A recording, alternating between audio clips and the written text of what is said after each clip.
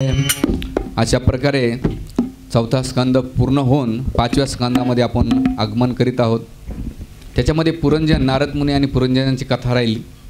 पुरंजन अतिशय कर्मकांडामध्ये लिप्त होता आणि त्यामध्ये नारद मुनी त्यांना कर्मकांडातून बाहेर येऊन भगवंताची भक्ती कशी करावं याचं वर्णन ते करतात. एका कथेमधून ते उपदेश करतात की एकदा एका जंगलामध्ये एक शिकारी शिकार करण्यासाठी गेला. शिकार करण्यासाठी गेल्यानंतर नेमकं त्याचा बाण तुटून गेला आणि त्यावेळेस समोर वाघ बघतो. कोण? वाघाला बघतो आणि घाबरून जातो. वाघ त्याला बघतो आणि शिकारी वाघाला बघतो. नंतर तो पळत सुटतो जंगलामध्ये आणि भयंकर जंगलामध्ये पळत सुटत असताना वाघ मागे, शिकारी पुढे आणि गवतामधून अचानक तो एका विहिरीत मरतो आणि विहिरीत पडल्या त्याच्या हाताला एक फांदी लागते आणि फांदी लागल्यानंतर तो शिकारी बघतो की वरती वाघ आहे आणि खाली बघतो तर एक मोठा सर्प, मोठा नाही का, मोठा सर्प काय झालेला आहे, गिळंकृत करण्यासाठी थांबलेला आहे. आणि ज्या फांदीसाठी तो थांबलेला आहे त्या फांदीला एक मोहोळ होतं. मोहोळ कळतं ना तुम्हाला सगळ्यांना? त्या मोहोळ जसं त्या फांदीला धटका देतो त्या मावळ्याच्या माशा उठून त्याला चावायला सुरुवात करतात. वरती बघतो, वरती वाघ आहे, खाली साप आहे आणि ज्या फांदीला धरलं त्या मावळ्याच्या माशा चावतात. आणि त्याच वेळेस दैवगाताने दोन उंदीर आलेत, काळे आणि गोरा. तो त्याला कुरतडू लागला. विचार करू लागला की वरती वाघ आहे, खाली सर्प आहे आणि वरतून नाही का मावळ्याच्या माशा चावत आहेत आणि त्याबरोबर दोन उंदीर त्याला काय करतात, कुरताडत आहेत. भयंकर अवस्था झाली. पण त्या अवस्थेमध्ये मावळ्याची दोन थेंब त्याच्या नाकावरून होटावर आणि होटावरून तो जिभेला चाटतो. म्हणतो वाह किती आनंद आहे. साक्षात मृत्यू त्याच्या समोर पण तरी तो काय म्हणतो, किती मला सुख आहे. त्या मावळ्याच्या मधाच्या थेंबामुळं मला किती आनंद भेटतोय. हा ते आनंद घ्यायला लागला होता. तशीच आपली अवस्था या संसारामध्ये. तुम्हाला वाटतं ना वरती वाघ आहे, एक शिकारी अटकलेला आहे, त्याचा मधाचा थेंब चाटतोय. पण ती गत आपलीच आहे संसारामध्ये. आपल्या मागे मृत्यूरूपी वाघ लागलेला आहे, भयंकर लागले. आपण पाळण्याचा प्रयत्न करतोय, मूर्तीपासून वाचण्याचा प्रयत्न करतोय.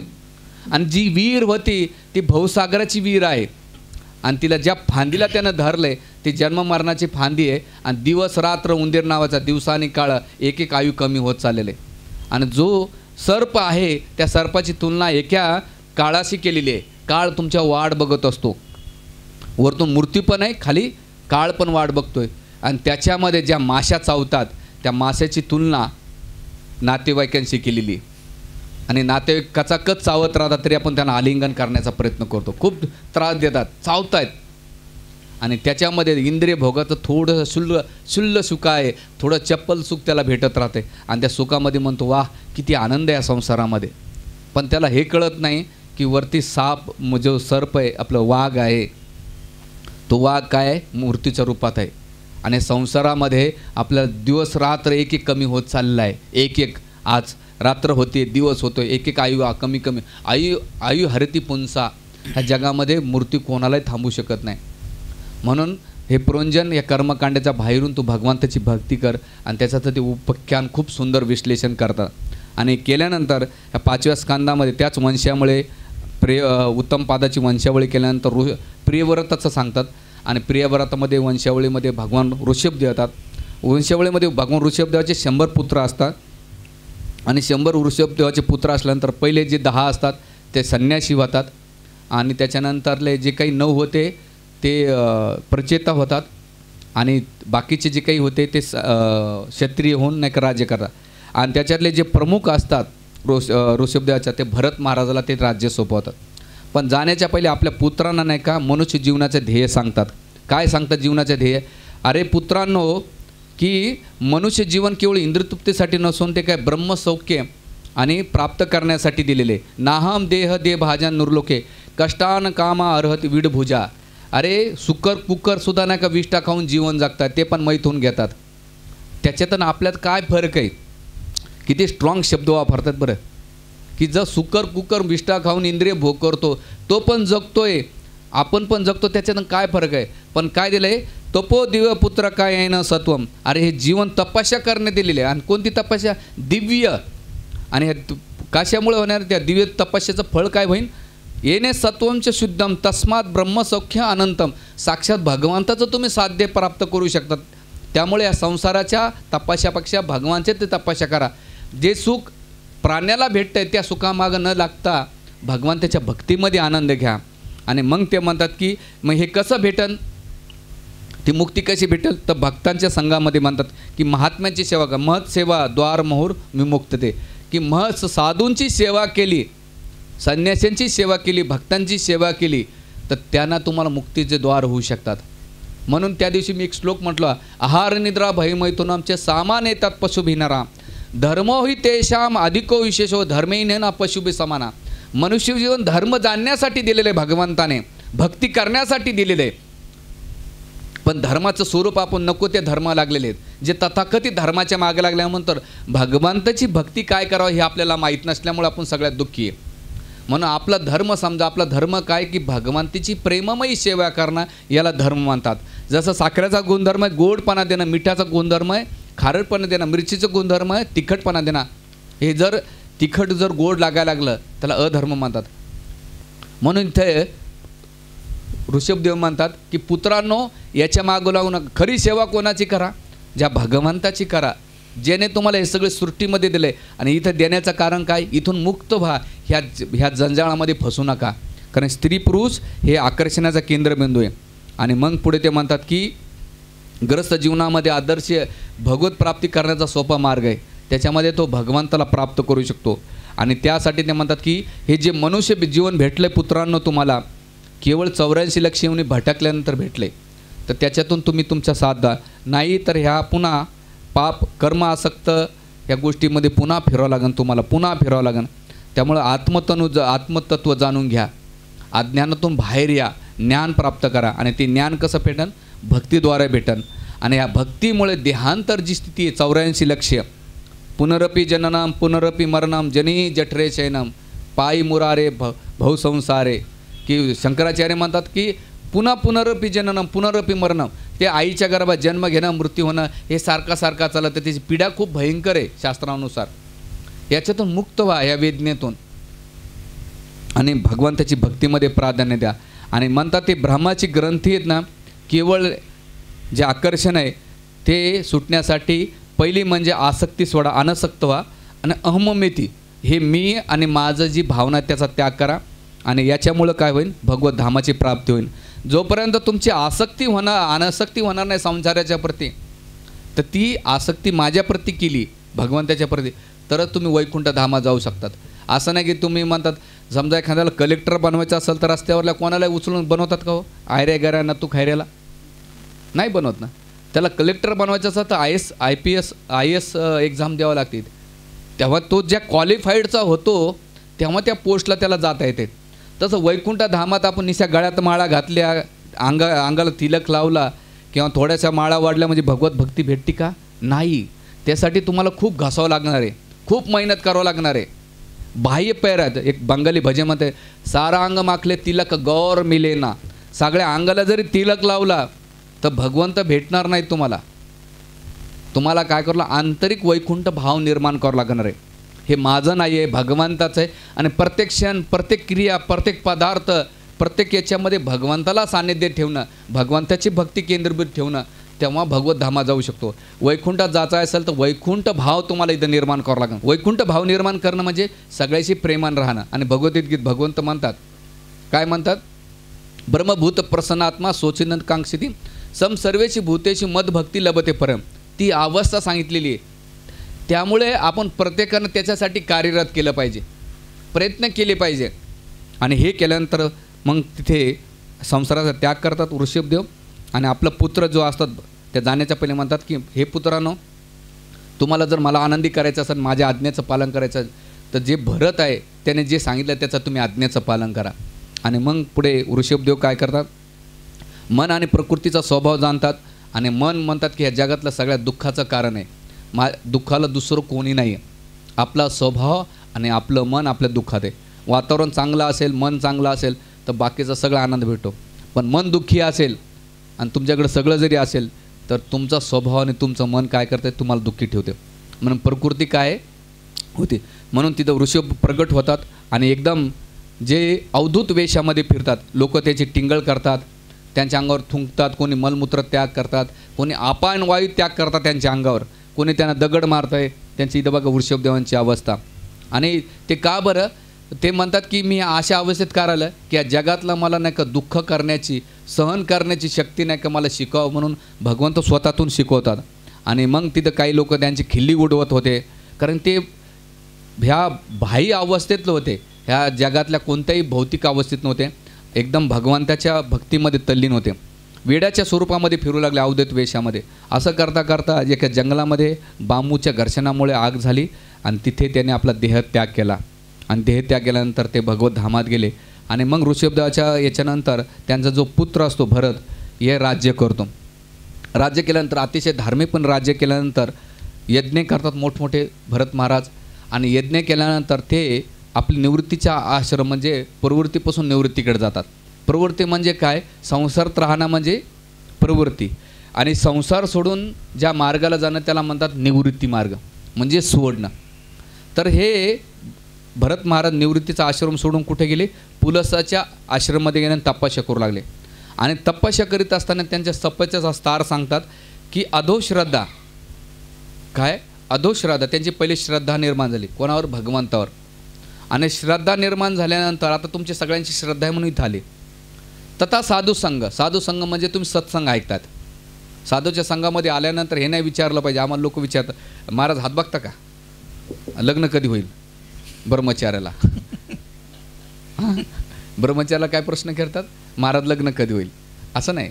साधूच्या संघात येऊन म्हणजे काय? तत्व जिज्ञासा विचारला, त्याने काय सांगतो ते पालन केलं पाहिजे.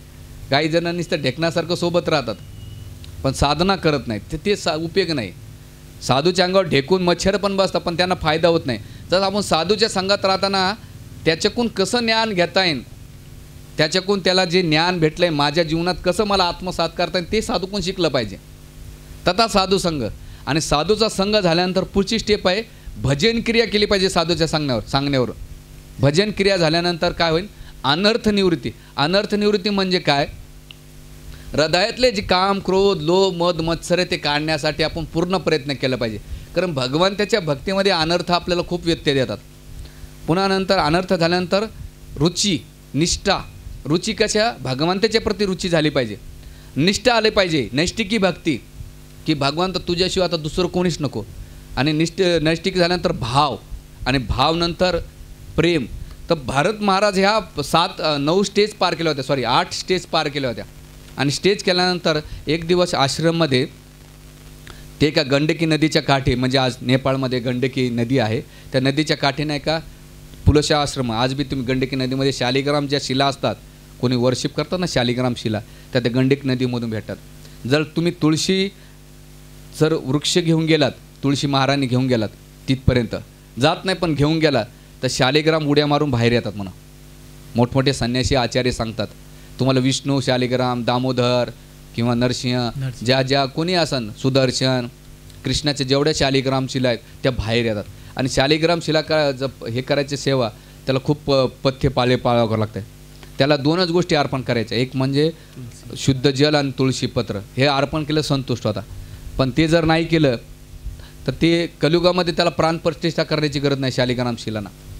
तर अशा गंडकी नदीच्या काठी तपस्या करताना एक दिवस अचानक जेव्हा ते यज्ञ करीत असताना त्यावेळेस एक हरिण, गर्भवती हरिण आले होते. त्यावेळेस वाघाने डरकाळी फोडल्याबरोबर ही हरिण जेव्हा ऐकते तर ती पाण्यामध्ये उडी मारते. उडी मारल्यानं तिचा गर्भपात होतो. आणि गर्भपात झाल्यानंतर ते हे जे दृश्य आहे कोण बघतंय? भरत महाराज बघतात. आणि भरत महाराज बघतात की अरे हरिण तर पार जाऊन ते देहत्याग केलं, आपण हे जे पाडस आहे अतिशय सुंदर नाजूक आहे, याला मी माझ्या आश्रममध्ये घेऊन येतो. आणि मग भरत महाराज त्याला नाही का घेऊन येतात. आणि घेऊन आल्यानंतर त्याचं नाही का ते काय करू लागले, मातेसारखा, कारण त्याने पाहिलं की माता येईन झालेली, याला तर कोणी नाही आहे, याची आपण काय केलं पाहिजे? सेवा केली पाहिजे, याचं लक्ष ठेवलं पाहिजे. आणि हळूहळू भरत महाराज काय करू लागले, त्याचं प्रेम, त्याच्या प्रति प्रेम विकसित करू लागले. आणि प्रेम करीत असताना जसं प्रेम करू लागले तसं हळूहळू त्यांचं नाही का दुर्लक्ष साधनेकडे होत गेलं. आणि दुसऱ्या गेल्यानंतर दिवसभर 24 तास ते पहिले भगवंताचं स्मरण करायचे, तसं ते हरणाचं स्मरण करू लागले. आणि हळूहळू स्वतःबद्दल विचार करून ते आश्रित असल्यामुळे त्याला व्यक्तिगत सुविधा आपल्याकडे दुर्लक्ष करून ते हरणाकडे दुर्लक्ष करीत असताना ते यज्ञ करायचे, पण त्यांचं ध्यान कुठं असायचं? माझं हरीण कुठे, माझं हरीण कुठे, माझं हरीण कुठे. ज्यांच्या जीवनात हरीण आले ना ते भगवंतापासून दूर गेले. सीतादेवीच्या जीवनात हरीण आलं, भगवंतापासून दूर गेली. दशरथ महाराजाच्या जीवनात हरीण आलं, कारण की श्रवणबाळाला आपलं हरीण म्हणून ते वध करीत होते, पण श्रवणबाळाचा वध केल्यानंतर भगवंतापासून दूर झालं. आणि इथं तिसरं भरत महाराजांच्या जीवनात हरीण आलं, भगवंत दूर गेले. आपल्या जीवनात हरीण कोणते आहेत?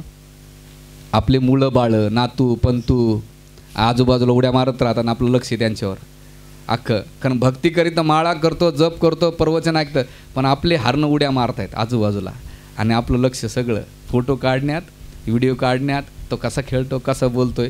तर आपले हरणाची पद्धत म्हणजे त्यांच्या वेळेस ते हरीण होतं, पण आपल्या जीवनात बरेच हरणं येतं, ते उड्या मारत आहेत आणि आपलं लक्ष भक्ती सोडून त्या हरणाकडे जात असेल तर जसं भारताची लक्ष गती झाली तीच गती आपल्या जीवनात होणार आहे.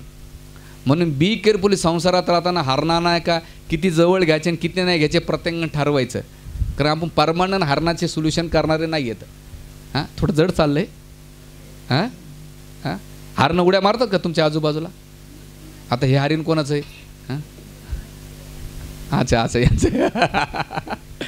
अच्छा अच्छा. हां, तर हरणाचा विचार करीत असताना ते विचार करू असं आहे, काळाचा प्रभाव आहे, एकांतात आहे.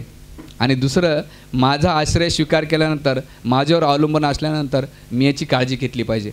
आणि मग स्वतःबद्दल विचार करून मी निस्वार्थपणे अदृष्ट होतो. हळूहळू त्याच्या सगळ्या गोष्टी ते कुरवाळी करत होते, सगळं चित्त त्या हरणाच्या प्रती होतं. आणि त्यावेळेस हरणाच्या चिंतनामध्ये एक दिवस काय झालं, हरीण रात्रच्या चंद्राच्या पौर्णिमेमध्ये याच्यामध्ये एक दिवस काय झालं, ते कुठे गायब झालं त्याला कळालंच नाही. आणि विचार करता करता माझं हरीण गेलं कुठं, असं विचार करता करता त्याने काय केलं, त्या हरणाच्या चेतनेमध्ये देह त्याग केला. आणि चेतनाच्या देह केल्यानंतर जसं यम ऑफिस परम भाव तदंते कलेवर, अंतकाळी तुम्ही जे स्मरण करणार आहेत तेच तुमचा पुढचा देह होणार आहे. आणि त्या चेतनेमध्ये देह त्याग केल्यानंतर बघा, भावस्तरावर आहे, भावस्तरावर जायचं असेल तर खूप मेहनत करावं लागते भक्तीमध्ये. साधक जो असतो तो अनर्थ निवृत्तीपर्यंत जातो, अनर्थ निघत नाहीत. कितीतरी जन्म तुम्हाला अनर्थ काढण्यासाठी जातो, काम करू लो, पण रुची निष्ठा भाव का जायचं असेल तर खूप मेहनत करावं लागते. शास्त्र याला खूप डिटेल्स वर्णन करते. पण भरत महाराज भाव स्तरावरून डायरेक्ट प्रेमाच्या स्तरावर जाणार होते, पण केवळ हरणाच्या प्रती आसक्त झाले. आणि आसक्त झाल्यानंतर त्यांनी काय केलं, त्याची अवस्था केली, पहिले दया दाखवली. आणि दया केल्यानंतर त्यांनी हळूहळू आपल्या साधनेकडे विसरभोळा झाला, साधनेचा विसरभोळा दुर्लक्ष करू लागले. आणि दुर्लक्ष केल्यानंतर त्याचं प्रेम भगवंताच्या ऐवजी हरणाच्या प्रती झालं. आणि हळूहळू ती भगवंताच्या प्रती जी आसक्ती होती ती हरणाच्या प्रती आसक्ती झाली. आणि मग हळूहळू उत्तेजना आणि चिंता कोणाची करू लागले, भगवंताची करण्याच्या ऐवजी हरणाची चिंता करू लागली. आणि चिंता करताना विलाप करू लागले. आणि विलापामध्ये त्याने देहत्याग केला. आणि देहत्याग केल्यानंतर पुढचा जन्म त्यांना हरणाचा झाला. पण भगवंताने एक वैशिष्ट्य असं की भगवंताने त्यांना हरणाच्या जरी रूपात दिलं तर ज्या ठिकाणी ऋषीमुनी पुलेच्या आश्रममध्ये तर ऋषीमुनींच्या सानिध्यात राहलेले. आणि ऋषीमुनीच्या आश्रममध्ये असं तिथे जे काही वेदाचे मंत्र श्रवण कीर्तन व्हायचे ते ऐकायचे. म्हणून आत्मा एकच राहतो पण 3 बॉड्या चेंज करतो. म्हणजे भरत महाराज, भरतानंतर हरीण आणि हरणानंतर आता जड भरत अवस्थेमध्ये जातात. आणि तिथे भरपूर त्यांच्या हरणाच्या उन्नीमध्ये राहिल्यानंतर बाकी हरणासारखं ते गवताच्या प्रती आसक्त नव्हता. जे ऋषीमुनी होते ते विचार करायचे की मी जी चूक केली आता याच्यापुढे ती चूक होता कामा नये. आणि शेवटी त्या ऋषींच्या सानिध्यामध्ये राहताना त्यांनी काय केलं, पश्चाताप केला. आणि पश्चाताप भावनामध्ये भरताने हरणाचं शरीर सोडलं आणि दुसरं पुन्हा जड भारताच्या एका ब्राह्मणांच्या पोटी त्याने जन्म घेतला. आणि ब्राह्मणाच्या पोटी जन्म घेतल्यानंतर वडील त्यांना काही शिकवायचं तर ते सगळं उलटा करायचे. यज्ञ 22 शिकायचे तर त्यांना गायत्रीचे मंत्रच पाठ करीत नव्हते. तर टॉयलेटच्या पहिले नाही का ते, म्हणजे आंघोळीच्या पहिले आपल्याकडे कसं असतं, पहिले टॉयलेटला जातात नंतर आंघोळीला जातात. पण हे काय करायचे, पहिले आंघोळ करायचे नंतर टॉयलेटला जायचे. ज्या काही गोष्टी करायच्या त्या सगळ्या उलट्या करायच्या. का बरं करायच्या, ते म्हटले की पहिल्या जन्मामध्ये मी हरणाच्या आसक्त झालो त्यामुळे मला हरणाचं शरीर भेटलं. पण आता जर माझ्या माता पिता भाऊ संबंधी यांच्याप्रती मी जर आसक्त झालो तर मला पुन्हा ह्या जन्ममूर्ती चक्रात फसावं लागेल. म्हणून माझ्या नातेसंबंधाच्या प्रती व्यक्तींच्या प्रती मला आसक्ती अजिबात नको. म्हणून येड्याचं स्वरूप धारण केले त्याने. आणि येड्याचं स्वरूप झाल्यानंतर जे पित्याला 2 पत्न्या होत्या, तर पहिल्या पत्नीपासून 3-4 मुलं होते त्यांना. ते एकदम कर्मष्ट ब्राह्मण होते आणि हे एकदम काय म्हणतात साधे भोळे, त्यांना भौतिक जगाचं कोणतं स्तर नव्हतं. भले बाह्य ते वेडे वाटायचे पण आंतरिक ब्रह्म अवस्थेमध्ये भगवंताच्या भक्तीमध्ये एवढे तल्लीन होते की त्यांना दुसरं काहीच माहीत नव्हतं. आणि हळूहळू वडील वारले. वडील नाही का हतोत्साही झाले की याला मी सगळं काही शिकवतो पण हा काहीच शिकत नाही. आई पण वारली, वडील पण वारले. तर भावाने काय केलं, त्याला घरातले सगळे कामं सांगायला शिकवले. आणि शिकवत असताना तो घरचे कामं करायचं आणि जे काही शिळं पाता असायचं ते भरत महाराज ते भरत महाराज खाऊन टाकायचे. आणि करीत असताना एक दिवस त्यांच्या भावानं सांगितलं की तू काय कर, शेतात जाऊन नाही का जो बांध असतो ना तो काय कर, हे कर शेतात जाऊन. आणि दिवसभर काबड कष्ट करायचे आणि त्या शेताचं रक्षण करायचं. एक दिवस काही डाकू नरबली द्यायची होती त्यांना. नरबली देण्याच्या याच्यामध्ये शोधामध्ये ते फिरत फिरत असताना ते भरत महाराजला बघतात आणि बघतात की अतिशय धष्टपुष्ट व्यक्ती आहे आणि सुंदरपणे दिसायला. हे सगळेजण धरून आणतात कारण की हे जे डाकू असतात ते चंडीचे उपासक असतात. तर तिथे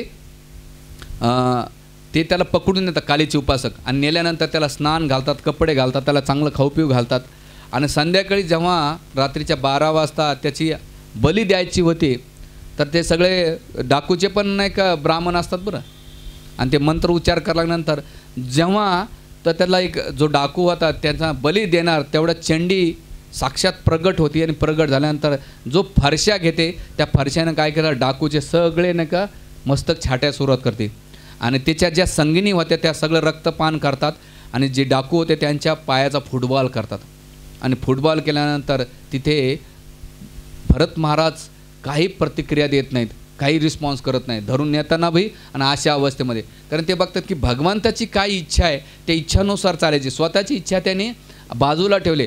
माझ्या इच्छापेक्षा भगवंताची काय इच्छा आहे, भगवंताची इच्छामध्ये आपली इच्छा ठेवली तर आपण आनंदी राहू शकतो. पण आपल्या इच्छा जर वेगळ्या ठेवल्या आणि भगवंताची इच्छा बाजू आपण लक्ष नाही दिलं तर आपण दुःखी राहणार आहे. जसं उदाहरण दिलं जातं आहे, ड्रायव्हर गाडीमध्ये एखाद्या AC गाडी आहे आणि मालक मागे बसलेला असेल तर मालक सांगतो AC ऑन कर. मालक जेव्हा AC ऑन केली तर मालकाबरोबर नाही का ते ड्रायव्हरला पण ACचा लाभ भेटतो. पण मालक जेव्हा ड्रायव्हर जर AC बंद करीत असेल तर मालक काय करेन, त्या ड्रायव्हरला हाकलून देईन. कारण की त्या ड्रायव्हरनं काय करायचे, मालकाची इच्छा जाणून त्या मालकाबरोबर त्या ड्रायव्हरला ती फॅसिलिटी भेटते ना. तसंच भगवंताची इच्छामध्ये आपण ठेवलं तर भगवंताच्या फॅसिलिटी पण आपल्याला भेटतात, वैकुंठ धाम भेटते. आपल्याला काय करायचं, आपली इच्छा बाजूला ठेवायची आणि भगवंताची इच्छामध्ये आपली इच्छा मिक्स करायची. हे अवघड जाईल ना भगवंताची इच्छा. आणि मग भगवंताची इच्छा कळणार कुठं, कोणी येऊन सांगणार भगवंतामध्ये नाही, अरे तुम्ही आला सगळे आता मी तुम्हाला प्रगटतो नाही. त्यांची इच्छा भगवतामध्ये आहेत, रामायण महाभारतामध्ये भगवद्गीतेमध्ये आहेत. त्यांना काय वाटतं हे सांगितलेलं आहे. आणि मग इथे एक शिक्षा आणखीन एक आहे, जेव्हा भगवंताच्या भक्तीमध्ये तुम्ही लागतान तेव्हा साक्षात देवी देवता तुम्हाला सपोर्ट करतात, तुमचं रक्षण करतात. असं लोकांना वाटतंय की कृष्ण भक्ती आम्ही जर केली तर कृष्ण भक्ती केल्यानंतर सगळे देवी देवता आमच्या कोपीत होतात. असं नाही आहे. जेव्हा भगवंताच, कारण त्यांचे इष्टदेव भगवंत आहेत, तुम्ही भगवंताच्या भक्तीत लागल्याबरोबर देवी देवता तुम्हाला मदत करतात. कसे उदाहरण करतात, भागवतामध्ये 3 वेळा देवीचं उदाहरण आहे. एकदा वेदव्यासाने जेव्हा बद्रिकाश्रममध्ये तर भगवंत प्रगट झाले, त्यांच्या पाठीमागं माया म्हणजे दुर्गादेवीचं रूप पाहिलं. दुसऱ्यांदा इथं चंडीचं ह्या प्रसंगामध्ये ते. आणि तिसरं भागवताच्या दशमस्कंदामध्ये 2 प्रसंग येतात की देवी देवतांना कसं भक्तांना मदत केली. अंबिकेनं रुक्मिणीला मदत केली की तुला पती परमेश्वर भेटावा. आणि गोपीनं कात्यायनीची उपासना केली. का बरं उपासना केली कात्यायनीची? कात्यायनी देवी आम्हाला जो पती पाहिजे, स्वामी पाहिजे ते भगवान कृष्ण पाहिजे. म्हणून आरती आपण काल आरती म्हटलो, कोणती? दुर्गादेवीची. आणि आरतीमध्ये काय आलं? हां, हरी पडलो आता संकट निवारे, हरी काढणारे. म्हणून आपण देवदेवताच्या उपासनापेक्षा भगवंताची उपासना केली, भगवंताची भक्ती केली तर कधीच देवदेवता तुमच्यावर प्रकोपित होत नाही. म्हणून भक्तीमध्ये कधीच घाबरायचं नाही. इथं आपल्याला हे आश्वासन भेटते. आणि मग जड भरत महाराज पुढे वनामध्ये विचारण करीत असतात त्यावेळेस सवीर राजाचा जो सौराष्ट्र राजा आहे त्याचा जो राजा असतो तो असतो राजा रहुगण. आणि रहुगण एक दिवस तो पालखीनं जात असतो आणि तो कुठे जातो? गंगासागरला नाही का ऋषीमुनीला भेटण्यासाठी जात असताना त्या पालख्याचा जो भोई असतो तो भोई नाही का एक नसतो त्याला, तर मग कोणीतरी व्यक्ती स्वतः त्यावेळेस त्याचे जे काही सैनिक असतात ते बघतात की आता अतिशय धष्टपुष्ट आहे, ह्या व्यक्तीला आपण पकडूया. आणि मग पकडल्यानंतर जसं त्याला म्हणतात की तू पालखी व्हायला सुरुवात कर. आणि जशी पालखी व्हायला सुरुवात करतात भरत महाराज, तर त्यावेळेस नाही का ते खाली पायाला बघायचे, मुंग्याता येणार नाहीत, कारण की राजाचं इनबॅलन्स व्हायचा, राजा विचलित व्हायचा.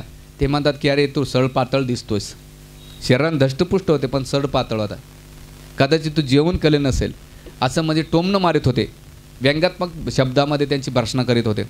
आणि करीत असताना बऱ्याच वेळा झाल्यानंतर आता जर तू व्यवस्थित चालला नाही, पहिल्यांदा प्रेमानं टोमणं मारून बोलवतो आहे, आता जर तू व्यवस्थित चालला नाही तर मी तुला दंड देईन, असं राजा रहुगण म्हटला. दंड देईन म्हटल्याबरोबर आणखीन काही त्यांनी प्रश्न टाकले, भरपूर प्रश्न टाकले.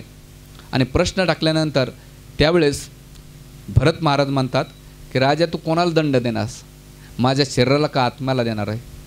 कारण की आत्मा तर हा शाश्वत आहे, त्या दंड देण्याच्या पुढे शरीर दंड देऊ शकतात. दुसरं, तू जे म्हणतोयस ह्या जगामध्ये की तू सडपातळ आहे, आत्मा सडपातळ नसतो, त्याला आकार नाही, तो चितकन आहे. जेव्हा राजा रहुगण हे ज्ञान ऐकतो तर त्या पायाखालची जमीन सरकते की हा जो कोणी दिसतोय तो येडा नाही, साधारण नाही, हा साक्षात कोणतरी महान विभूती असेल. आल्यानंतर तो साक्षात दंडवत घालतो, म्हणतो की तुम्ही कदाचित अवधूत दत्त तर नाहीत, दत्ताचा अवतार नाही, दत्त तर नाहीत, तुम्ही कोणी अवधूत वेगळ्या वेशामध्ये तर नाहीत. आणि मग तिथे गेल्यानंतर ते प्रश्न उत्तर करतात. आणि या प्रश्नामध्ये राजागण म्हणतात की भौतिकवादी लोकांचं तत्त्व जाणू शकत नाही, भगवंताचं तत्त्व जाणायचं असेल तर भक्ती लागते. दुसरं, आपल्या दुःखास कारण आणि बंधनास कारण काय आहे? आपलं मन आहे. मन एव मनुष्यानं कारणं बंध मोक्ष बंधाया विषसंगो मुक्त निर्भग्न मना. ते म्हणतात मन एव मनुष्याना कारण बंध मोक्ष. जसं दरवाजा आहे, ह्या दरवाज्यातून आतमध्ये पण जाता येते आणि बाहेर पण येता येते, तसंच ह्या मनाच्याद्वारे हे जर मन लावलं, मन मना मद भक्तो मद्याजी महानमस्कुरू, हे मन भगवंताच्या सेवेत लावतं, मुक्तीचं द्वार आहे. पण तेच मन इंद्रिय भोगामध्ये जर लावलं ते बंधनास कारण आहे. जसं दरवाजा आहे, आतमध्ये बंधून करून घ्यायचं का मुक्त व्हायचं, हे मन आहे. मन एव मनुष्यानं कारण बंध मोक्षे विषयासंग मुक्ते निर्वघ्न म्हणा. जर ते मन विषयांच्या सालिंद्यात लागलं तर ते बंधनास कारण आहे. म्हणून ते म्हणतात जितात्मा प्रशांतात्मा परमात्मा समाहित शीतोष्ण सुख दुःखेषु तत मान अपना मानयो. ते म्हणतात की हे जगामध्ये सुख दुःख मान अपमान हे मनाच्या आधारावर आहे. म्हणून तू काय कर, पलीकडे जा, मनातून मुक्त हो, मनाच्या बाहेर ये. दुसरं सांगतात की मनाची कार्य काय? मनाची कार्य जगामधल्या गोष्टीवर आपण बघतो ना, सगळं मनावरच खेळ आहे आपला, पण मनाचं विश्लेषण करतात. आणि ते म्हणतात की एक काम कर, मुक्त जीवात्म्याचं लक्षण काय आहे की तो ह्या जगामध्ये मनामध्ये अटकून पडत नाही, तो काय पडतो ह्या संसारामध्ये अटकून न पडता तो मुक्त जीवात्मा नेहमी विचार करतो की याच्यातून मुक्त होऊन मी भगवंताच्या धामात कसं जाईन याचा विचार करतो. आणि बद्ध जीवाचा उद्धार कसा करायचा, स्वतःचा उद्धार करणे आणि दुसऱ्यांचा कसा उद्धार करायचा, स्वतःचा उद्धारवर बद्ध जीवांचा उद्धार कसा करायचा त्याचं विश्लेषण करतात. आणि असं ज्ञान दिल्यानंतर राजा रहुगण त्यांना अतिशय शरणागत होतात आणि भरत महाराज ते देह त्यागून भगवताच्या धामात जातात. गोपाल कृष्ण भगवान की जय. तर ह्या फलश्रुती सांगतात या कथेची. जो कोणी प्रेमाने आनंदाने ऐकतो त्यावेळेस या जगातलं सगळं त्याला ज्ञान प्राप्त होतं आणि ज्या जगातली आसक्ती कमी होऊन तो भगवंताची प्राप्ती करू शकतो. त्यासाठी आता आपण 5 मिनिटाचा ब्रेक करूया. ते म्हणतात की भगवंत जेव्हा वामनदेव अवतार घेतला होता, तो वामनदेव अवतारामध्ये जेव्हा ते आपल्या एक पगाने सृष्टीला नापत होते तर ब्रह्मलोकात गेल्यानंतर ब्रह्माजीला वाटलं की भगवंताचे चरण कमल माझ्याकडे येत आहेत. तर त्याने आपल्या कमंडलूतलं पाणी घेतलं आणि कमंडलीतलं पाणी त्याने चरण कमल धुतले आणि जे चरण कमल धुतले तीच पाणी गंगेच्या स्वरूपामध्ये वाहावं लागलं.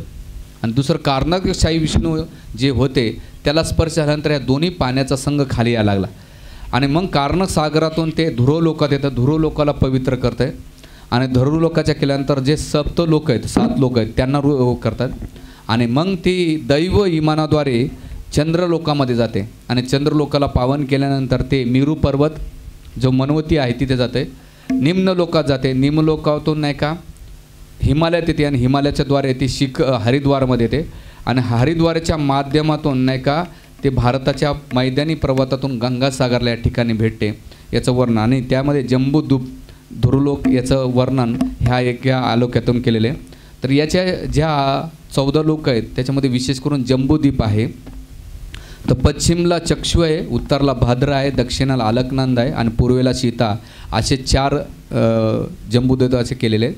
आणि हे त्याचं मॅप काढलेलं आहे, तुम्हाला दिसतो का सगळ्यांना मॅप ह्याच्यामध्ये. आणि मग केल्यानंतर राजा परीक्षितला ना का सुखदेव आपलं परीक्षित प्रश्न विचारतो की तुम्ही सगळ्या जीवा लोकांचं वर्णन केलं आहे आतापर्यंत, 14 लोकांचं, ब्रह्मलोकाचं झालं, काय काय लोकांमध्ये काय काय घडलं त्याचं वर्णन केल्यानंतर आता पितृलोक आणि नरक लोकाचं वर्णन करा आणि कुठे विविध नरकाचं वर्णन करा. आणि दुसरं सगळ्यात म्हणजे हे नरक लोक असतो कुठं, तर ते मध्ये पाताळ आणि पितृलोकाच्या मध्ये नरक लोक असतं, तिथे त्याची लोकांना जे पापी लोक असतात त्यांना दंड दिला जातो. तर त्यावेळेस परीक्षित महाराज जेव्हा जिज्ञासा करतात तर सुखदेव गोस्वामी ते म्हणतात की त्या स्थितीमध्ये, त्या भौतिक जीवनाच्या विविध स्थितीमध्ये जीवाला का ठेवलं जातं, त्याचं कारण काय. तर सुखदेव गोस्वामी उत्तर देतात की गुणाचे 3 प्रभाव आहेत, सत्वगुण, रजगुण आणि तमोगुण. त्या 3 गुणाच्या प्रभावामुळे त्यांना ते आनंद भेटत असतो. जे सत्वगुणी व्यक्ती असते त्यांना धार्मिक आणि आनंद म्हणजे धार्मिक याच्यामध्ये आनंद भेटतो सत्वगुणी लोकांना, कारण ते धर्म सोडून इकडे तिकडे पळत नाही, याला म्हणतात सत्वगुणीचा आनंद ते विश्लेषण करतात. पण दुसरे म्हणतात जे रजगुणी असतात, ते मिश्र दुःखित असतात, आनंदी असतात. म्हणजे रजगुणामध्ये त्यांना भौतिक गोष्टी जमा करण्यामध्ये आनंद प्राप्त होतो. आणि तिसरं जे आहेत तमोगुणी, ते नेहमी दुःखी असतात, म्हणजे पशुवत जीवनात जगत असतात. पण यामुळे ते म्हणतात पुण्यकर्मामुळे स्वर्गाची प्राप्ती होते. आणि दुसरं जे पापी असतात त्यांना नरकाची गती भेटते. पण याच्यामध्ये कोणाला कसा दंड भेटतो, त्याच्या गुणानुसार आणि कर्मानुसार त्याला दंड भेटतो. जो वेडापणा करतो त्याला कमी तीव्रपणामध्ये भेटतो, जो ज्ञान अवस्थेमध्ये करतो त्याला मध्यम असतो, आणि जो नास्तिक नालायक असतो त्याला नाही का अतिशय तीव्र भागामध्ये दंड दिला जातो किंवा ह्या जगामध्ये आणि नरक लोकांमध्ये दिला जाते. आणि गेल्यानंतर तिथे म्हणतात की मग परीक्षित महाराज म्हणतात की नरक लोकांमध्ये काय केलं जातं, काय तिथे अवस्था आहे. तर त्यामुळेच ते म्हणतात की नरक आणि पितृलोकाच्या याच्यामध्ये जे पापी जीवात्मा असतात त्यांना दंड दिला जातो. आणि मृत्यूनंतर तिथे यमराजाला पहिले तिथं यमराजाच्या दरबारामध्ये पाठवून त्याच्या जीवनामध्ये त्याने जे काही कर्म केलेले असतात, कर्म, विकर्म आणि अकर्म, त्याच्यावर त्याचा पुढं होतो. आणि मग तिथे सुखदेव गोस्वामी 28 नरकाचं वर्णन करतात. ते म्हणतात तामिस्र, अंध्रतामिस, रौरव, महारौरव, कुंभीपाक, कालसूत्र, आसितपत्र, त्याच्यानंतर सुकरमुख, अंधकूप, कृमिभोजन, संदंश, ताम्रसुम्री, वज्रकट, श्यामले, वैतरणी, त्याच्यानंतर पुयोध, परणरोध, विशासन, त्याच्यानंतर लालभक्ष्य, सारमैदयन, अविरची, त्याच्यानंतर आयापान, शारकर्दम, त्याच्यानंतर रक्षगुण भोजन, शूलपोत्र, दंडशुक, अवट निरोध आणि पर्यावर्तन, आणि शेवटचं आहे सूचिमुख. ह्या 28 नरकाचं वर्णन केल्यानंतर त्याच्यामध्ये विशेष करून मी सगळे 28 नरक घेतले तर त्याच्यावर एखादा दिवस त्याला विश्लेषण करा कोण. आणि असं सुखदेव गोस्वामी म्हणतात हजारो प्रकारचे वध, तर त्याच्यामुळे 10 घेतले जे व्यावहारिक जीवनात आपल्याकडून ज्या चुका होतात त्या होऊ नये म्हणून मी 10 नरकाचं इथं PPT बनवलेली. ते म्हणतात की जो मनुष्य इतरांना दुःख देऊन जगतो, जो इतरांना दुखून जेवून जगतो त्याला महारौरव नामक नरकात टाकलं जातं आहे. आणि तिथं कर्व्याद नावाचे प्राणी त्याची चटामाटा करतात, त्याला खाऊन टाकतात. पण एक ध्यानात ठेवायचं, तिथले बॉडी त्याला मूर्ती नसते, वेदना भयंकर असतात, भयंकर वेदना असतात त्या नरकात टाकलं. दुसरं आपल्या जीव लवल्यासाठी जे माणसे मुख्य प्राण्यांना पक्ष्यांना जिवंत भाजून खातात त्याला कुंभी नामक नरकात टाकलं जातं. जे फ्राय चिकन खातात, मटण खातात, जसं इथं फ्राय करून खातात, तर कुंभी नामक नरकामध्ये तिथं गरम करून लोहा पितळल्या जातं आणि त्याला ढकलल्या जातं आहे त्याच्यामध्ये. जसं तू कोंबडीला फ्राय केलं मी तुला फ्राय करतो. हां, आणि रस्त्यानं मी जेव्हा बघतो जे फ्राय करतात त्यावेळेस विचार करतो याचं फ्राय कसं होत असेल वरी. तर हे फ्राय करणाराला तिथं पाकिट टाकल्या जात आहे आणि उकळत्या तेलात फेकल्या जातं. जसं तो बाहेर येतो वरतून मारल्या जाते. त्याचे मी काही फोटो होते पण मुद्दाम काढले, लोक लय घाबरतात त्या फोटोला, म्हणून मी फोटो अजिबात ठेवले नाही ते. दुसरं ते म्हणतात की निरपराध नागरिकांना शिक्षा ठोठावणारे जुलमी राजे, सरकारी अधिकारी किंवा न्यायाधीश पैसा घेऊन करतात सुकर नामक नरकात फेकतात. तिथे ऊसाप्रमाणे पिळून टाकलं जातं. जसं ऊस पिळला जातो तसं ह्या व्यक्तींना तिथं, जसं तुम्ही रक्त दुसऱ्याचं शोषून पितात तसं तिथं त्या सुकर नामक नरकामध्ये त्याला पिळल्या जाते. चौथा व्यक्ती, घरातील वयोवृद्ध मुले बाळे पाहुण्यांना भोजन न देता स्वतः भोजन करतात किंवा पंचयज्ञ न करता जो जेवतो अशा पापी लोकांना भिजन नामक नरकात टाकल्या जाते. आणि तिथे 1,00,000 वर्ष खितपट पडताना अखेर कुर्मी कीटक त्याचं भक्ष्य करतात. हे म्हणून आपल्या घरामध्ये जे पहिले वयोवृद्ध बालक असतात त्यांना पहिले खाऊ घालायचं, पाहुण्याला पहिले खाऊ घालायचं, नंतर आपण खायचं. नाहीतर काही जण असतात पाहुणे येतील मग डोकं खराब करतील, त्याच्या पहिले जेवून घेऊ द्या. नाही, पाहुणा म्हणजे अतिथी असतो, त्याची कसा का असे ना ते आता पुढे पाहुण्याला तोंड पाहून काय शिक्षा भेटते ते पण दिलेले, ते बोलतो मी. त्याच्यानंतर अयोग्य अकिलीन स्त्री किंवा स्त्रीशी किंवा पुरुषाशी संभोग केला त्याला ताम्रसोमी नामक नरकात टाकल्या जाते. तिथे तांब्याची स्त्री पुरुष बनवून त्यांना दंड, जसं ते गरम गरम केलं त्याला चिपकून नाही का दंड चापकान फोडून काढल्या जाते, असं त्याला हे करतात. दुसरं अनिर्बंध अनैसर्गिक कार्य करतात त्याला शामली टक नरकात टाकल्या जाते. जसं तिथं झाडाला काटे असतात मोठमोठे, तर मोठमोठे झाडं असतात त्याला मोठमोठे पातं असतात, त्याला बांधल्या जाते आणि यमदूताला खाली वरती ओढून त्याचे तुकडे करीत राहतात, त्या नरकात त्याला टाकल्या जाते. त्याच्यानंतर जे प्रतिष्ठित घरात जन्माला मिळाल्यानंतर आपले विविध धर्मकार्य न पाळता वरचीवर कार्य करतो किंवा करत नाही त्याला वर्णव्रत नामक नरकात जावं लागते. तिथं अशा व्यक्तीला नदीमध्ये मलमूत्र असतात, रक्त असतं, पू असतो, मांस असतं, तिथं भरलेल्या माणसाला तिथं अक्षरशः त्याच्यात टाकून नाही का त्याला मरण यातना दिल्या जातात त्या नरकामध्ये. त्यानंतर जो स्वतःला बेस्ट समजतो, श्रेष्ठ समजतो आणि जन्म शिक्षण वर्तन याच्याचा त्याला अहंकार असतो, अभिमान असतो, कोण्या गोष्टीचा, जन्माचा, शिक्षणाचा, वर्तनाचा, पैशाचा किंवा रूपाचा, तर त्या अहंकारामुळे आणि दुसऱ्याचा अपमान करण्यात तो सारखा असतो, त्याला सरकार नामक खितपत पडावं लागतं, त्याला त्या नरकात टाकल्या जाते. जी माणसे सर्पासारखं द्वेषबुद्धी असतात, रागेट असतात, नेहमी राग करणारे असतात ना, अटॅक करतात, द्वेष करतात, त्यांना दुंद शुभक नामक नरकात टाकल्या जात आहे. आणि तिथं फण्याचे जे नाग असतात उंदराला खातात तसं याला खातात. म्हणून इथे जे द्वेषबुद्धी ठेवतात, जास्त ईर्ष्याद्वेष करतात ना, तर त्याला ईर्ष्याद्वेष जसा साप नाही का त्याला तुम्ही किती पालन करा तो दंशच करतो, तर ह्या द्वेषबुद्धी करणाऱ्या लोकांना नाही का त्या नरकात टाकल्या जाते. त्यानंतर पुढे सांगतात, जो ग्रस्त आपल्या पाहुण्यांचा रागीर चेहऱ्यानं स्वागत करतो, जो ग्रस्त आपल्याकडे पाहुणा आला, विशेष करून सासरचे लोक आले आणि आपला चेहरा वपाडला, तर त्यांना किंवा ज्यांच्याशी जमत नाही तर त्या लोकांना पविव्रत नामक नरकात फेकल्या जातात. आणि तिथे गिधडे कावळे त्यांचे डोळे फोडतात.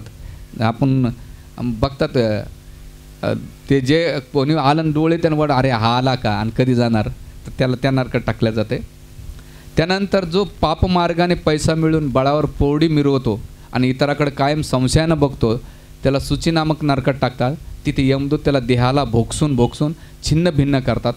आणि ही माहिती दिल्यानंतर सुखदेव गोस्वामी काय करतात, हे राजा परीक्षित, या प्रकारे यमराजाच्या राज्यामध्ये हजारो यमदूत आहेत की त्याच्या स्वभाव म्हणजे आपण काय बोलतो, कसं बोलतो, किती वागतो, ह्या सगळं रेकॉर्ड करून यमदूत काय करतात, त्यांना दंड देतात. आणि मग त्याचं विश्लेषण करतात. ते म्हणतात की ह्या 3 प्रकारचे लोक असतात याच्यामध्ये. पुण्यवान लोक ना का देवदेवताची प्राप्ती करतात आणि दुसरं पाप पुण्याचे कर्म फोडून संपुत असल्यानंतर पुन्हा इथं चार्ट दिसतो का तुम्हाला, तर त्या पुन्हा त्याला रिटर्न ह्या जगामध्ये होतं. आणि जे पापी लोक असतात ते नरक लोकांमध्ये 3 लोकांमध्ये डिवाईड केल्या जातात. तर याच्यामध्ये भक्तीचं जर असेल, शुद्ध जीवन भक्ती असेल तर त्या याच्यातून मुक्त होऊ शकतो, दुसरं कोणताही मार्ग नाही.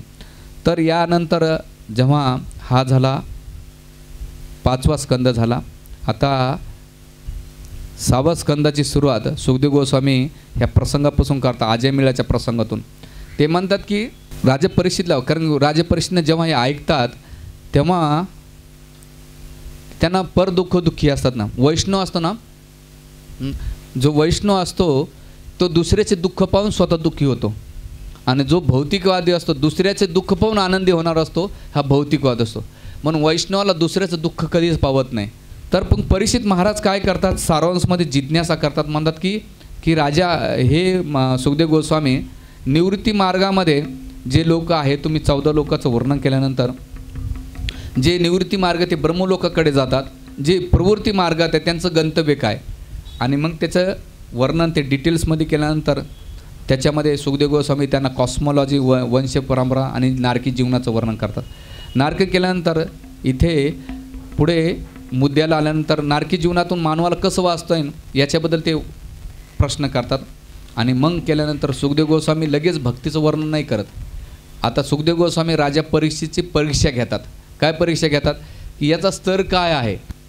म्हणून जेव्हा गुरु आहे ना शिष्याची परीक्षा घेतो ना तो खूप कठीण राहतं आहे. कलियुगामध्ये परीक्षा नाही घ्यायला जमत, अवघड राहतं आहे. जर थोडी परीक्षा घ्यायला गेलं तर शिष्य पळून जातात. पण नाही, तर सुखदेव गोस्वामीने पहिल्यांदा राजपरीक्षेतला कर्मकांड सांगितलं. ते म्हणतात की जर पाप केलं तर पापाला काय प्रायचित आहे. समजा तुम्ही एखाद्या 10 रुपये चोरले तर त्याला प्रायचित काय की तुम्ही नाही का 1000 रुपये वाटायचे असतात त्याला, किंवा 1000 रुपये द्यायचे, याला प्रायचित झालं. किंवा मन वाचा काया मनाद्वारे जे पाप पूर्ण केलं जाते ते मरण्याच्या पहिले त्यानं प्रायचित केलं पाहिजे. म्हणून आपण प्रायचित काय कुंभमेळ्यामध्ये स्नान करणं किंवा दान धर्म करणं किंवा यज्ञ तप करणं हे प्रायचित करणं. पण सुखदेव गोस्वामी ते राजा परिषद म्हणतो अरे हे वरचीवर आहे. कारण माणसाची मेन प्रवृत्ती ती नष्ट होत नाही. कशी होत नाही, कारण की हे प्रायचित तेवढ्यापुरतं ते असतंय. तर त्यासाठी ते राजा परिषद म्हणतात की अनियंत्रित प्रायचित केल्यानंतर पापाचरण राहतं जात नाही. जसं उदाहरण देता हत्ती भले नदीमध्ये स्नान करीत असेल तो, पण बाहेर आल्यानंतर तो काय करतो, पुन्हा माती घेतो आणि अंगावर डोलतो. आणि माती घेतल्यानंतर पुन्हा गंगेत स्नान करतो, पुन्हा माती घेतो, पुन्हा स्नान करतो, पुन्हा माती घेतो. याला म्हणतात कुंजर स्नान. तसेच काही लोक पाप करतात, पाप धुण्यासाठी पुण्य करतात, पुण्य करून पुन्हा पाप करतात, पाप पुण्य चालतं, याला कुंजर स्नान म्हणतात. पण त्याची प्रवृत्ती नष्ट होत नाही आहे. आणि म्हणून राजपरिषदेला मग म्हणतात की कुंजर स्नान आहे. सुखदेव राजपरिषद त्याला धुटकरून लावतात कर्मकांडाला. मग त्यावेळेस सुखदेव गोस्वामी त्यांना ज्ञानमार्ग सांगतात की ज्ञानानं होतं आहे. तर ते म्हणतात ज्ञानमार्ग करतो, पण ज्ञानमार्ग तेवढ्यापुरता तेवढा वरचीवर लेप लावणं. जसं एखाद्याला फोड झाला असेल, पण फोडाला वरतून मलम लावला तर तेवढ्यापुरतं बरं वाटेल, पण तो रोग बरा होईल का, नाही. तर त्याला काय करावं लागेल, मूळवर जावं लागेल. मग त्यासाठी ते उदाहरण काय देतात की जर एखाद्या जंगलामध्ये आग लागली आणि आग लागल्यानंतर तिथे काय वाटतं वरचीवर झाडं जळतात, तुम्हाला वाटतं सगळं जळून भस्मसात झालं. पण जसा पाऊस पडतो तर पुन्हा काय येतं आहे, ते सगळे वेली झाडं गवत सगळे येतं. वरतून जळायला दिसेल पण त्याला पुन्हा येतं, तुम्हाला दिसणार नाही. तसंच लोक काही जे प्रायचित करतात ज्ञानमार्ग वरचीवर करतात, पण जेव्हा त्यांच्यासमोर इंद्रिय भोग जर आला तर पुन्हा ते इंद्रिय भोगामध्ये लिप्त होतात. मग याला सुद्धा ज्ञानमार्गाचा काही उपयोग नाही. ते म्हणतात की राजा वरचीवर आहे. म्हणजे डॉक्टरकडे जायचं, माझा रोग बरा करा, पण डॉक्टर म्हणतो पथ्य पाळन कर बाबा. पथ्य पाळन झालं, रोग बरा झाला की पुन्हा इंद्रिय भोग करतो किंवा पुन्हा पाप करतो. मग याला काय म्हणतात, त्या पथ्य पाळून काय होता, बरा होईपर्यंत पथ्य पाळतो, बरा झाल्यानंतर पुन्हा पथ्य पाळत नाही. याला काय अर्थ नाही. तर त्यासाठी ते म्हणतात हे उदाहरण दिलं. आणि मग गेल्यानंतर तिथे कसं याच्यातून मुक्त होईल, तर मग कर्मज्ञानाचं आणि ज्ञानमार्गाचं सांगितलं. ते ज्ञानमार्ग तार्किक आधारावर आधारित आहे सुखदेव गोस्वामी म्हणतात, आपलं परीक्षित म्हणतो. आणि कर्म याचा नाही का बॅलन्स करण्यासाठी शिकवतात. आणि मग सुखदेव गोस्वामी म्हणतात असमाधानी होते राजपरिषद उत्तरानं नाही का समाधानी असमाधानी कोण होतं, राजपरिषद. मग त्यावेळेस सुखदेव गोस्वामी म्हणतात राजा केचित केवलया भक्त्या वासुदेव परायण आगम धुरवंती काश्येन निरहार इव भास्कर.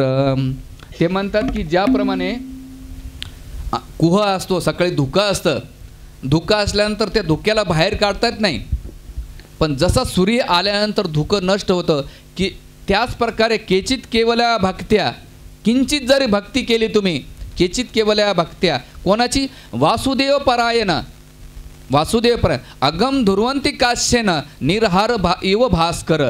ज्याप्रमाणे भास्कर म्हणजे सूर्य आल्यानंतर अंधकार कुह नष्ट होतो, त्याच प्रकारे थोडी जर भक्ती केली तर तुमची पाप करण्याची वृत्ती ही नष्ट होते. म्हणून तुम्ही काय करा, केचित केवल्या थोडीशी भक्ती करा. म्हणून भगवंत गीतेच्या 2ऱ्या अध्याय श्लोक नंबर 40 म्हणतात नेहा भिक्रापणा स्वस्ती प्रतिवाय न विद्यते स्वल्पमस्य धर्मस्य त्रायतो मोहतो भया. थोडे जरी भक्ती केली तो मोठ्या मोठ्या भयंकर संकटातून तुम्ही मुक्त होतात.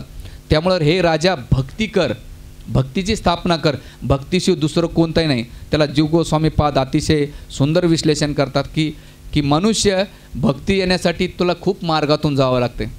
काही जणांचं कर्मकांडामध्ये असतं, कोणी ज्ञान मार्गामध्ये असतो, कोणी वृत्त कैवल्यामध्ये असतं, कोणी ह्या गोष्टीमध्ये. पण भक्ती येण्यासाठी त्याला सुकृत लागतात. तुकाराम महाराज म्हणतात ना, बहुत सुकृताची जोडी म्हणून विठ्ठला आवडी. पांडुरंगाच्या भक्तीकडे कोणी सहजासहजी येत नाही.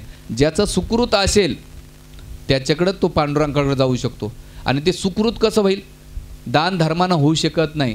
त्याला काय श्रवण कीर्तनम विष्णू पुण्य श्रवण करावं लागेल. भगवंताच्या नाम रूप गुणाबद्दल जेवढं श्रवण करीन तेव्हा त्याचे पुण्य वाढेल. म्हणून आपल्या जगातलं भौतिक कर्मकांडाच्या पुण्याच्या पलीकडे जे कीर्तनाचं पुण्यामुळं भगवान त्याच्या प्रती आकर्षण वाढेल असं सुखदेव गोस्वामी सांगतात.